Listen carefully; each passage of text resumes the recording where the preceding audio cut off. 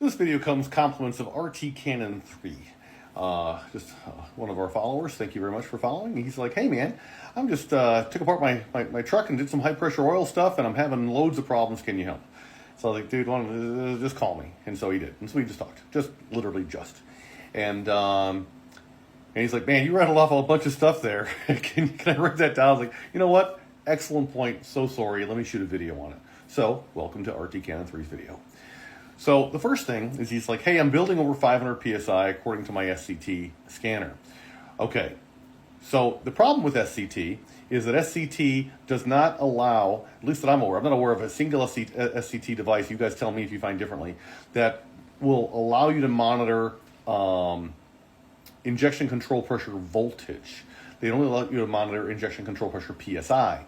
The problem with that is the PSI number can be spoofed. It's not a real number. And so it's like the only way to get this device to tell you PSI and have you have a chance of believing it is to go ahead and first and foremost return your truck to stock.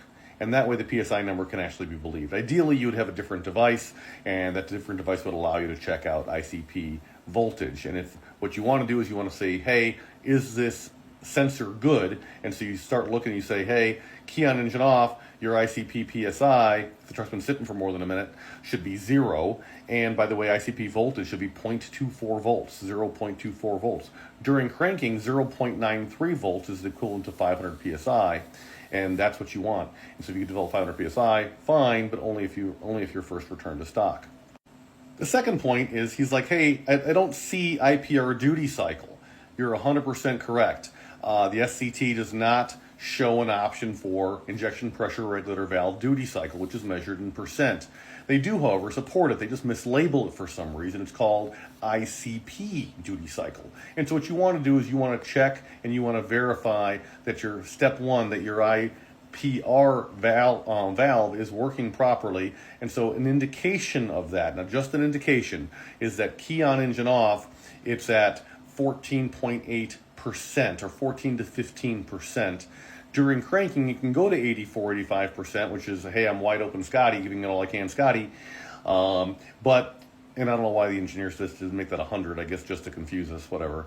But recognize that what it should do is it should go to 84, 85% during cranking, and then it should settle back down in the 40s and 50s once ICP desired meets ICP actual. So the valve kind of steps off a little bit.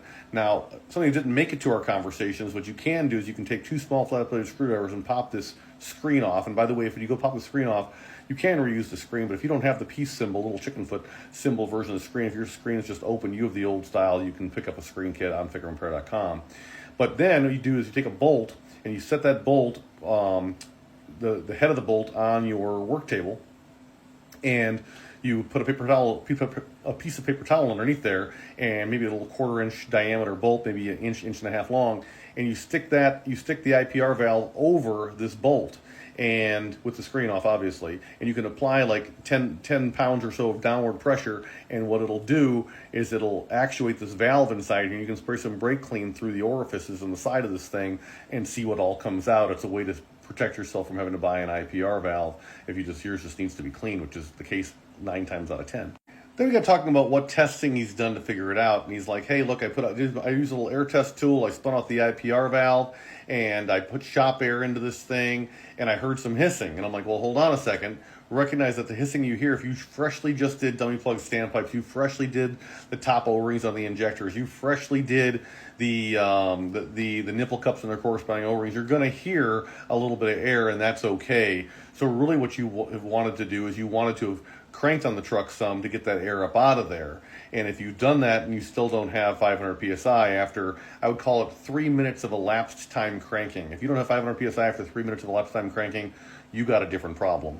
And so what you want to do, you can try priming the system. We didn't get into this in our phone call, but you can open up the oil filter housing and pour oil down there in case you've lost prime somehow. But you shouldn't have to do that. But what you do is you go ahead and you pull the FICM's relay out of the truck, and that way the FICM doesn't get any chance of having power. So you're not going to fry the FICM. I mean, if you do fry the FICM, I know a guy. But you pull the relay out, and you use the key, not the remote start engagement wire on the passenger side fender, use the freaking key. Please use the key and crank on the truck 15 seconds on, 45 seconds off with a battery charger hooked up. And if you do that, you'll offset some, but only some, of the load of the starter engaging. And 15 seconds on, 45 seconds off, unless you don't have to buy a starter, please don't do that. If you have to buy a starter, again, I know a guy, I mean Green 6.4 starter, it's a reason that God loves you and wants you to be happy.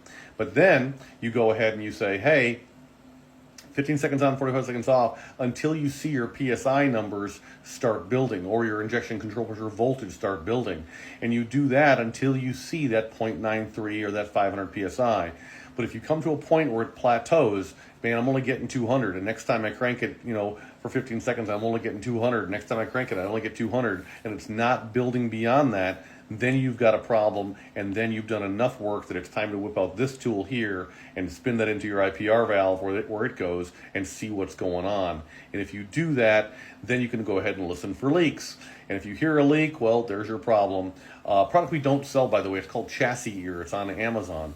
It's just headphones with a little stethoscope-looking microphone, and you can figure out exactly where your leak is coming from if you have one. Now, it may be that you don't have a leak at all, in which case your problem is your high-pressure oil pump. And so it's like, oh man, bummer, I'm sorry. So those are available at FICMRepair.com as well, and certainly we have our favorites, and we can talk about that if you want, if you get into that. In this particular gentleman's case, he did not go ahead and see the video on pulling the relay out in time, and so he cranked on the truck with the relay in, and so now there's also a question of, hey, did I fry my FICM? Very sadly, logic board failures, which is what this would be eventually, the way that the end user figures out that my logic board is shot is because you've checked everything else, very frankly. So you've checked, do I have fuel pressure over 45 PSI? Key on engine off, it should be 62 to 63, by the way, but on a stock fuel system. Do I have, do I have cam sync? Do I have crank sync? Do I have injection control pressure over 500 PSI or really was more than 0.93 volt? Is my exhaust back pressure sensor, is it functioning as I should? Do I have a lack of keep alive memory codes, that P0603 code? Do I have all those things? And oh, by the way, do I have FICM sync? And if you've got FICM sync and you've got over 500 PSI and your truck's still not starting and you've got fuel pressure and all these other things are true, then probably you've got a bad logic board on a FICM. Now, something that we didn't talk about in our call that you could also do, a little value add here, is you can pop your FICM relay out and take two small flat-bladed screwdrivers right here, and you can go ahead and you can, with two small flat-bladed screwdrivers, you can go ahead and pop this little gray cover off and reinstall the relay with the cover off, and there's a small electromagnet in there, a little barrel-looking dude, and you can move that key on engine off. You can move that with a wooden toothpick or something, just not something metal. And if you hear your injector start clattering, when you've done that, you can say, oh, saved myself a FICM at least, so that's not my problem. But out of those things, you do all that, you'll be able to figure out what your problem is. But if not, put your comments in the comments, and I'll see if I can respond to those either via text response or via another video response. So, excellent question. You're not alone, my friend. Anything else you need, we got you. FICMRepair.com. We really are all in this together. Thank you very much.